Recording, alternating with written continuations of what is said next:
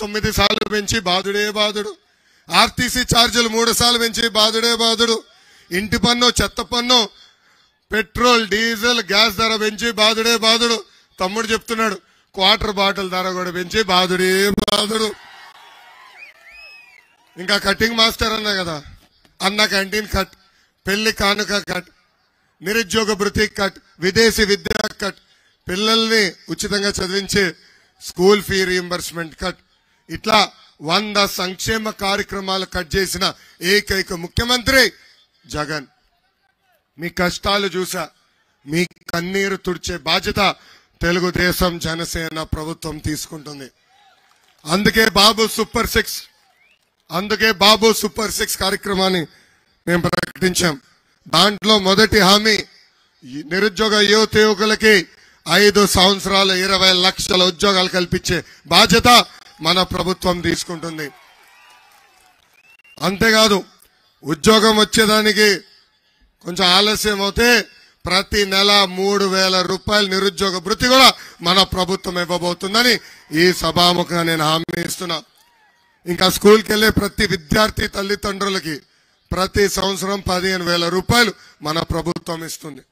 అంటే ఒక్కరుంటే 15,000, ఇద్దరుంటే 30,000, ముగ్గురుంటే ఎంత ఇంపడట్లేదబ్బా, 45,000 రూపాయలు మన ప్రభుత్వం ఇస్తుంది.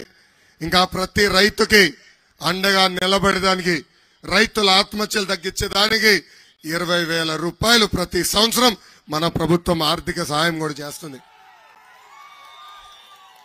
ఇంకా ప్రతి ఇంటికి ప్రతి ఏడా 3 గ్యాస్ సిలిండర్లు ఉచితంగా మన ప్రభుత్వం ఇవ్వబోతుంది. ఇంకా 18 నుంచి 59 సంవత్సరాలు వయసు కలిగిన మహిళలకి ప్రతి నెల 1,500 రూపాయలు మన ప్రభుత్వం ఇవ్వబోతుంది.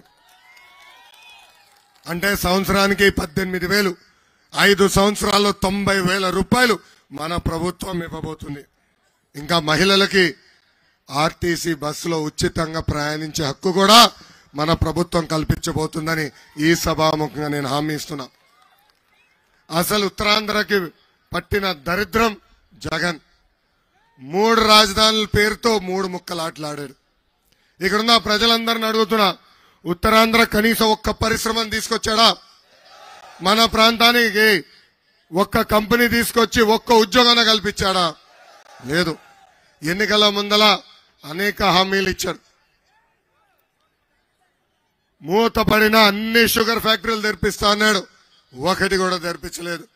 ఇప్పుడు ఏకంగా 500 కోట్ల రూపాయలు ప్రజల డబ్బుని వృధా చేసి విశాఖపట్నంలో ఒక ప్యాలెస్ కట్టుకున్నాడు ఆంధ్ర రాష్ట్ర ముఖ్యమంత్రి జగన్.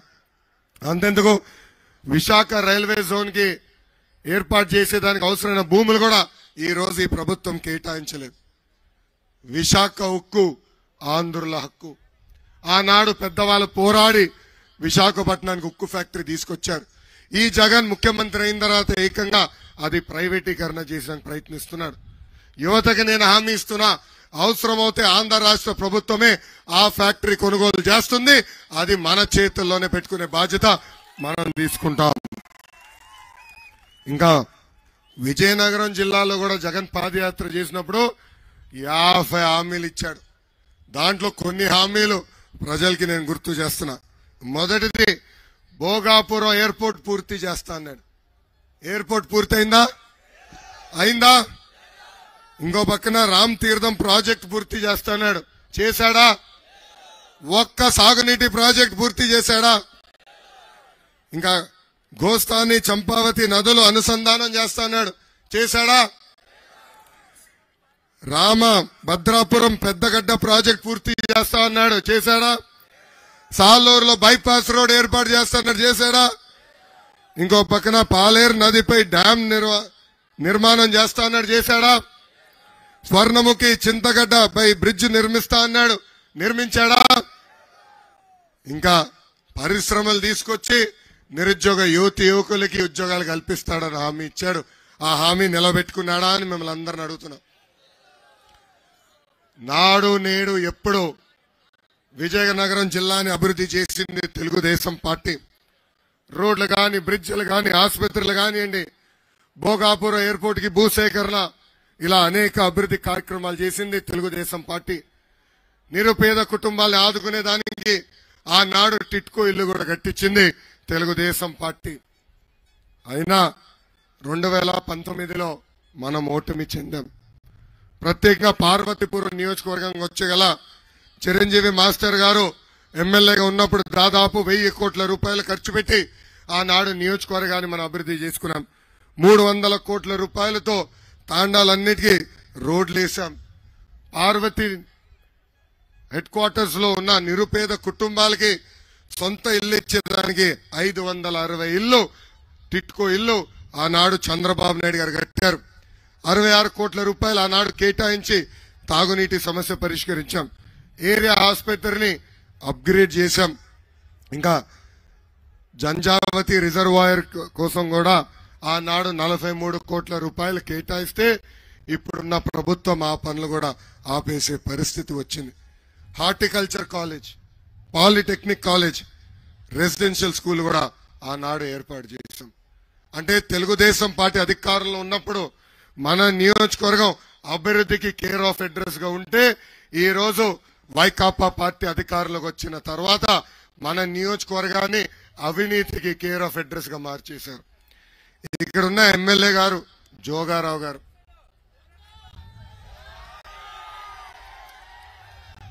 ఆయనకి ఏం పేరు పెట్టాలి నాకే అర్థం అవ్వలేదబ్బా.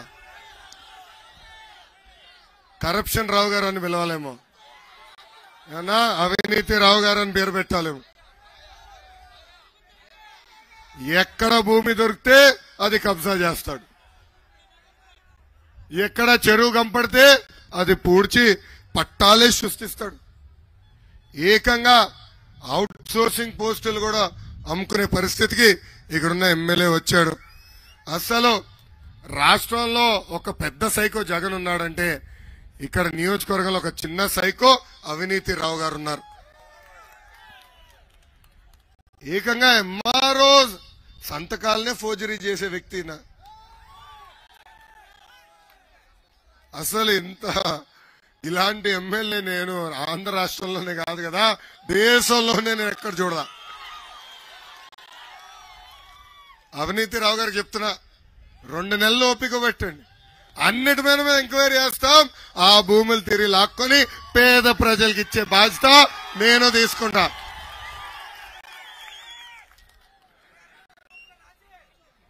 రెడ్ బుక్ లో రాసేమంటావా? రెడ్ బుక్ గురించి కూడా మారుతాయి, వస్తున్నాయి. ఇంకా ఇవి చాలా చెప్పాలి.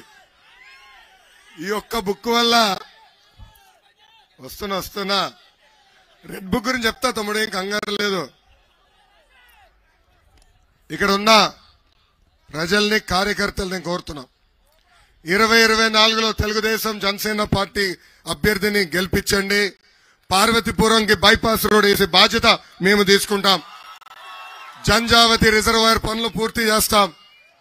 ప్రతి ఇంటికి ఉచితంగా నీటి కుళాయి ద్వారా సురక్షితమైన తాగునీరు అందించే బాధ్యత తెలుగుదేశం జనసేన ప్రభుత్వం తీసుకుంటుంది. ఆడారు మినీ రిజర్వాయర్ ద్వారా తాండాలకి తాగునీరు అందిస్తాం. ఇంకో పక్కన సీతానగరం బల్జిపేట మండలానికి తోటపల్లి నుంచి సాగునీరు కూడా అందించే బాధ్యత మేము తీసుకుంటాం. డంపింగ్ యార్డ్ పట్టణం లోపల ఉంది, ఆ డంపింగ్ యార్డ్ బయటికి తీసుకొచ్చే బాధ్యత, పట్టణాన్ని ఒక మోడర్న్ పట్టణంగా తీర్చిదిద్దే బాధ్యత మేము తీసుకుంటాము. ఇంకా కుర్రోల కోసం స్పోర్ట్స్ స్టేడియం కూడా కట్టే బాధ్యత మేము తీసుకుంటామని ఈ సభాముఖంగా నేను హామీ ఇస్తున్నా. అసలు తెలుగుదేశం పార్టీ బలమే తెలుగుదేశం పార్టీ కార్యకర్తలు. భారతదేశంలో కార్యకర్తల పార్టీ అని ఎవరు అడిగితే గుర్తొచ్చే పార్టీ తెలుగుదేశం పార్టీ.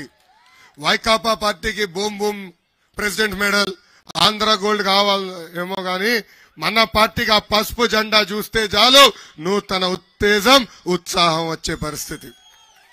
అన్న విశ్వవిఖ్యాత నడ సార్వభౌమ స్వర్గేసి నందమూరి తారక రామారావు గారు ఏ ముహూర్తంలో పార్టీ స్థాపించారో నాకు తెలియదు, కానీ భారతదేశంలో ఏ పార్టీకి లేని కార్యకర్తలు ఒక తెలుగుదేశం పార్టీకే ఉంటారు.